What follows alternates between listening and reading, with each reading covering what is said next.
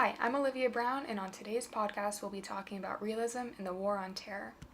The attacks in New York City and Washington, D.C. on September 11, 2001 caused what was then the largest loss of life on American soil and began the war on terror.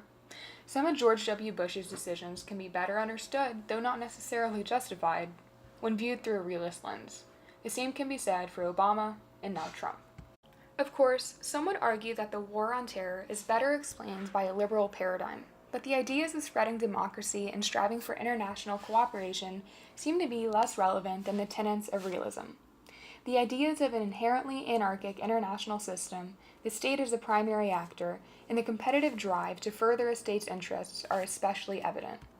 By focusing in on an individual level of analysis, we can note continuities and differences in Bush's, Obama's, and Trump's realist ideologies. When al-Qaeda claimed responsibility for the attacks, Bush's decision to invade Afghanistan was relatively well-founded and well-received. A strong response to this violent affront to American ideals, it seemed to many, was necessary. The realist imperative to reassert the power of the United States was a clear factor in the decision. The invasion of Iraq, however, was an overextension of the effort to reaffirm America's hegemonic position. Though there was a stated suspicion that Saddam Hussein had weapons of mass destruction, the invasion was ultimately a unilateral and preemptive decision on Bush's part. The result was an unsuccessful war that undermined, rather than reaffirmed, the power of the United States. Counterterrorism efforts under President Obama were drastically different. With the expansive cloud of the failure in Iraq looming over him, he consistently attempted to downsize and restructure the war on terror. The war part of the war on terror became more figurative. Rather than large-scale military engagement, drone strikes and covert raids became more common. For some, Obama's tempered realist foreign policy was a failure, while others saw success. The assassination of Osama bin Laden on May 2, 2011 was a clear success achieved without full-scale military involvement. On the other hand is the ongoing civil war in Syria, where endemic political instability has allowed the Islamic State to thrive. Though Obama warned that crossing the red line of state-led use of chemical weapons would warrant military intervention, President Bashar al-Assad dropped chemical weapons on opposition forces and civilians alike. Obama did not order military intervention. I argue that both examples fit squarely within the realist tradition. With bin Laden, Obama perceived an opportunity to eliminate a foremost security threat without full-scale military involvement. But in Syria, Obama likely did not see a way to keep his word without getting embroiled in a costly and indefinite war. So, while Obama-era policy may not have revolved around exerting the United States' military prowess, it protected America from another war. The policies related to the war on terror, enacted or at least vocalized by Trump, reflect yet another reorientation of American foreign policy. His strong interest of the United States' global image reflects an extreme prioritization of self-interest.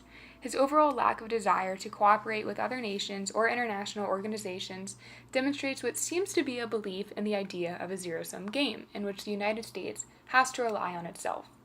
His travel ban, for instance, shows a shift towards a more internally focused counterterrorism policy. Though many of the recent attacks were committed by American citizens, President Trump seems to think that this policy is helping to safeguard the United States. The sustained adherence to realism since 9/11 means striving for the same vague objectives of fighting extremism and ending terrorism. These oft-cited goals highlight fundamental shortcomings of the realist approach.